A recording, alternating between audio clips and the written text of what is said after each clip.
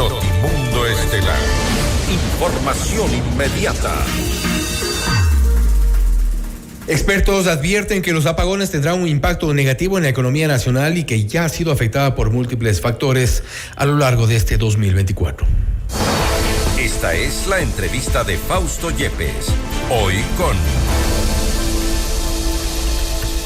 Hacemos contacto a esta hora con la economista Ana Cristina Avilés, viceministra de Economía, para hablar sobre la economía ecuatoriana. Está debilitada, no hay tampoco números que favorezcan al cierre de este 2024. ¿Y qué pasará el 2025? Creo que es la pregunta que todos los ecuatorianos nos hacemos. Economista Avilés, gracias por estar con nosotros. Fausto Yepes le saluda, bienvenida. Muchas gracias, Fausto. Una buena noche con usted y con toda la audiencia que nos escucha. Es un gusto estar en este espacio. Gracias, economista. Algunos de los analistas entrevistados en estos espacios de noticias de FM Mundo han coincidido, por ejemplo, en algunos factores que han dicho golpes a la economía en nuestro país. Lo primero, la inseguridad, que lamentablemente ha pasado por esta declaratoria del conflicto armado interno. También la elevación de los impuestos, efecto y producto precisamente de los temas de inseguridad. Hoy por hoy los apagones, la situación se avisora crítica, inclusive para 2025. ¿Cuál es la visión de ustedes? Bueno, evidentemente la economía venía con un ritmo a mediados de este año, esperando una reactivación económica. Eso nos demostraban las proyecciones tanto internas del Banco Central como las que se realizan a nivel de los organismos multilaterales. Teníamos una previsión de un segundo semestre bastante más positivo. Evidentemente, un impacto como el de la crisis energética genera una paralización de las actividades productivas, una reducción de las ventas. Para las empresas más grandes genera sobrecostos de producción, ventas no realizadas, y bueno, para las microempresas y emprendedores no se diga, existen pérdidas directas que afectan a su liquidez. Y en ese sentido se han tomado varias medidas para mitigar justamente que esta crisis pueda ahondar la situación económica que tenemos ahora. Y evidentemente lo que se ha hecho, por ejemplo, en un inmediato plazo es procurar un IVA del 0% a la importación y venta local de generadores. En el corto plazo tenemos ya la reactivación de la exportación desde Colombia de electricidad, el reinicio o el inicio pues de la central de Toachi Pilatón desde diciembre de este año, y desde abril del 2025 la incorporación de cerca de 540 megavatios al sistema interconectado. Y bueno, con una previsión efectivamente para el próximo año de incorporación de 419 megavatios adicionales, y eso nos permitirá justamente el poder reactivar en cierta medida el dinamismo económico. No es para nosotros, digamos, desconocido que el impacto que tiene esta crisis, y efectivamente vemos que esta crisis tendría un impacto más concentrado en los sectores cuyo consumo de electricidad es más intensivo. Vemos el sector de la construcción, la manufactura, el comercio, los servicios. Y bueno, las finanzas públicas también se verán afectadas por este shock, toda vez que esta paralización de actividades económicas también implica una disminución en la recaudación de impuestos, por ejemplo. Sin embargo, medidas adicionales que hemos visto desde el gobierno nacional que se necesitan justamente para mantener activa esa liquidez, esa cadena de pagos, y paralelamente también ir implementando ciertas medidas de alivio a ciertos sectores específicos, nos permitirán pues que al cerrar este año podamos tener una previsión no tan negativa. Evidentemente estamos nosotros evaluando cuál va a ser el impacto ya en términos del Producto Interno Bruto, en términos de las pérdidas generadas a la economía por concepto de la crisis energética, y evidentemente esto nosotros, más allá de la evaluación que tendremos ex post de los datos y de los ajustes, para nosotros es importante ir tomando sobre la marcha medidas que nos permitan justamente dar este alivio a los hogares ecuatorianos. Y en eso creo que hay coincidencia en el análisis de algunos de los economistas y quienes han estado siguiendo de cerca la situación económica del país. Por ejemplo, en el tema de los apagones, que creo que es uno de las mayores afectaciones a la industria, a la economía en general, incluso con consecuencias en el sector del empleo. La falta de empleo es evidente, en algunos casos se han perdido plazas de trabajo, pero usted me dice se incorporarán la generación de más de 400 megavatios para el 2025. Para este cierre del 2024 se esperaba 341, han logrado únicamente 100 en un año, 241 todavía. Se han generado estos incumplimientos por parte de dos empresas que advierten que podría ingresar las operaciones, en el mejor de los casos, en enero del 2025. ¿Qué recaudos están tomando para evitar que empresas contratadas para esta emergencia sirvan realmente para la emergencia y no para después? Bueno, efectivamente, los procesos de contratación de este tipo de generación evidentemente toman su tiempo y sus procesos. Hemos hecho de la manera más expedita desde la garantía de los recursos por parte del Estado, la asignación y priorización de recursos para que este tipo de contratos puedan iniciarse y evidentemente el poder tener otras alternativas, como bien mencionas, Fausto, alrededor de, por ejemplo, la negociación o la negociación para reiniciar la importación de energía desde Colombia. Era clave justamente para poder tener también otra línea de trabajo. Adicionales a esto, justamente vienen siendo trabajos adicionales por parte del sector eléctrico y seguramente las autoridades del sector nos pueden precisar mucho más, pero en términos de el mantenimiento de la infraestructura eléctrica a nivel nacional ha permitido incorporar más de 300 megavatios activos a la red y asimismo la incorporación, por ejemplo, la incorporación ahora de la central Toachi Pilatón por haber destrabado ciertos procesos administrativos que no permitían que esta central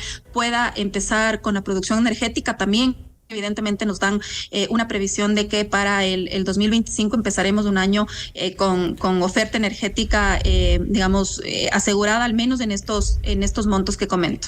Aparte de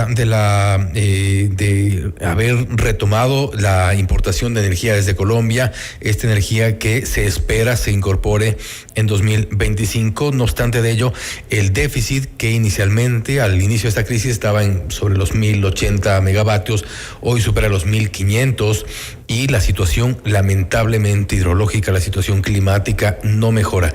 ¿Cómo en estas condiciones adversas, sin duda, se garantiza o se puede garantizar lo que han dicho de un diciembre sin apagones? Bueno, ahí sin duda la primera apuesta es lamentablemente ir por generación termoeléctrica. Digo lamentablemente porque ambientalmente no es la mejor solución. Sin embargo, al muy corto plazo esta es una de las soluciones más rápidas que, si bien tiene que generar, se tiene que generar procesos de adquisición y compra de las turbinas, generadores o de mantenimiento de los ya existentes, nos garantiza poder tener oferta energética al Pero eso no va a ocurrir hasta diciembre. Pero aquí quiero resaltar. Perdón, Fausto, solamente quisiera destacar un tema antes de volver con la pregunta puntual, y es que a mediano plazo nosotros hemos generado una priorización de más de 12 proyectos de generación fotovoltaica, generación eólica, que nos permitirán tener también, una diversificación de nuestra oferta energética y que de esta manera podamos ir asegurando con el tiempo de que no que no caeremos nuevamente en una crisis energética. Y en este sentido tenemos ya proyectos priorizados en el cantón Ibarra, la central Imbabura Solar, por ejemplo, en el cantón Antonio Ante, en el cantón Urcuquí, varios proyectos que juntos de ellos suman más de 500 megavatios priorizados para que el inicio de construcción empiece este año y pueda culminar en el mediano plazo, 2-3 años. Y esta apuesta es definitivamente importante porque ha implicado una gran movilización de recursos públicos, más bien desde el lado de planificación y gestión, para asegurar que estos recursos desde la inversión privada puedan llegar y efectivamente puedan garantizar, no solo en el corto plazo con estas acciones puntuales que mencionaba, sino también en el mediano plazo con esta inversión privada, que podamos ir cerrando poco a poco esta brecha energética. 2-3 años de la generación que usted refiere, 6 meses al menos en el segundo bloque, de acuerdo al cronograma del SENACE. El primer bloque era de 341, 241 no se van a generar al menos hasta diciembre, y la pregunta iba en este sentido. Insisto en la parte energética, yo sé que esto está más en manos de las autoridades de energía, no obstante, la repercusión económica es la que preocupa y difícilmente tendremos un diciembre sin apagones, al menos en estas condiciones. La pregunta es cómo van a garantizar que la economía se mueva, que se reactive la producción con una generación eléctrica, al menos que cubra en algo la demanda o que cubra algo el déficit para este mes si no hay nueva generación. Bueno, Bueno, desde el sector, digamos, de economía y finanzas, lo que es primordial para nosotros es garantizar que la economía tenga flujo sanguíneo, tenga liquidez. Y con esto lo que evitaremos es que se corte la cadena de pagos, así como nos pasó hace un año atrás, donde nosotros desde la parte fiscal no pudimos generar, digamos, el pago a nuestros proveedores, no se generaron atrasos grandes a gobiernos autónomos descentralizados y eso en su defecto generó mayores atrasos a nivel de sus propios proveedores. Y eso, digamos, lo que ocasiona es que se profundiza mucho más la crisis. Acordémonos también que en el año 2023 finales tuvimos también un periodo de estiaje que si bien no tan severo, pero que también golpeaba la economía. Entonces, para nosotros desde el lado de economía y finanzas, lo primordial es asegurar justamente que esa liquidez continúe llegando al país. Y en ese sentido es tan importante que desde la gestión macroeconómica, desde la gestión de la política pública, se pueda asegurar que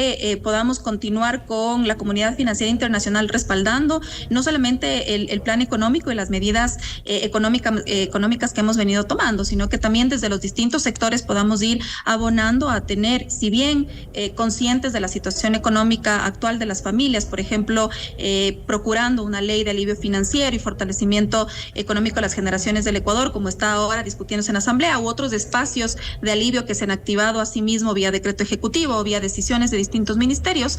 Lo principal para nosotros es que todo esto pueda siempre ir encauzado en el marco de asegurar que esa liquidez que está prevista que termine de llegar este año, ahí quisiera recalcar, estaba previsto que más de 5,000 millones ingresen hasta diciembre de este año al Ecuador. Estamos solamente esperando los últimos 1,000 millones que ingresen a finales de este año. Estos son buenas noticias para el Ecuador, a pesar de que somos muy conscientes de la situación difícil que pasa los ciudadanos ecuatorianos y en general la economía del país. Estos recursos nos van a permitir mantener el flujo de recursos activos en la economía y nos va a permitir seguir tomando ciertas decisiones que evidentemente nos permitan dar alivio financiero a ciudadanos, a empresas en general. Preocupa, sin embargo, el hecho de que ya hacia diciembre o cerrando este 2024 nos enfrentamos a una contracción económica, nos enfrentamos a una recesión que muy seguramente se extenderá a los primeros meses, no se puede advertir tampoco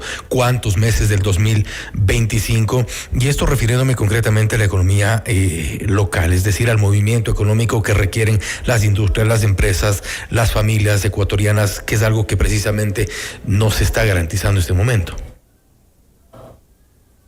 Bueno, como decíamos, efectivamente nosotros partíamos de una revisión de la tasa de crecimiento que habían hecho a nivel de los organismos multilaterales, por ejemplo, preveyendo que la economía ecuatoriana iba a cerrar en un crecimiento del 0,3. Acordémonos que esto ya era una revisión al alza porque los organismos multilaterales preveían que la economía iba a crecer nada más al 0,1. Si bien es algo marginal, pero hasta agosto de este año teníamos una previsión de que el año iba a ser ligeramente mejor.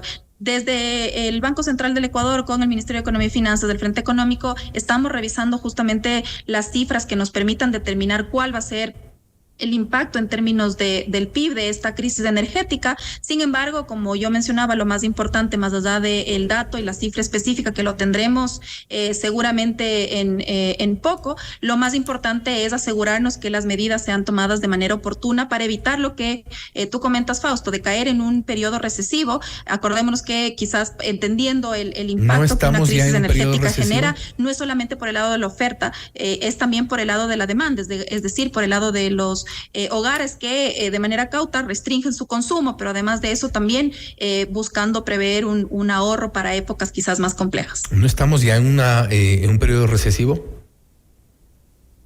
No estamos en un periodo recesivo como conceptualmente se lo conoce a un periodo recesivo. Estamos evidentemente en un espacio donde el impacto de la crisis energética generará un impacto en la economía y en el dinamismo de la actividad productiva. No tenemos cifras que nos lleven a decir que estamos en un periodo recesivo. En realidad, más bien si algo hemos podido ver que ciertas otras cifras, como por ejemplo la colocación de la banca privada banca o el nivel de depósitos de la banca privada o la colocación de la banca pública han crecido y nos han permitido, no hay demanda de créditos, digamos, visorar que podemos tener una economía o un sistema financiero saludable que pueda permitir justamente también acompañar un sector real bastante más golpeado. Hay algunos otros elementos también interesantes que, si bien no a niveles óptimos y no como quisiéramos, digamos, en un Ecuador que pueda crecer de manera activa, pero hemos visto, por ejemplo, que las exportaciones han venido creciendo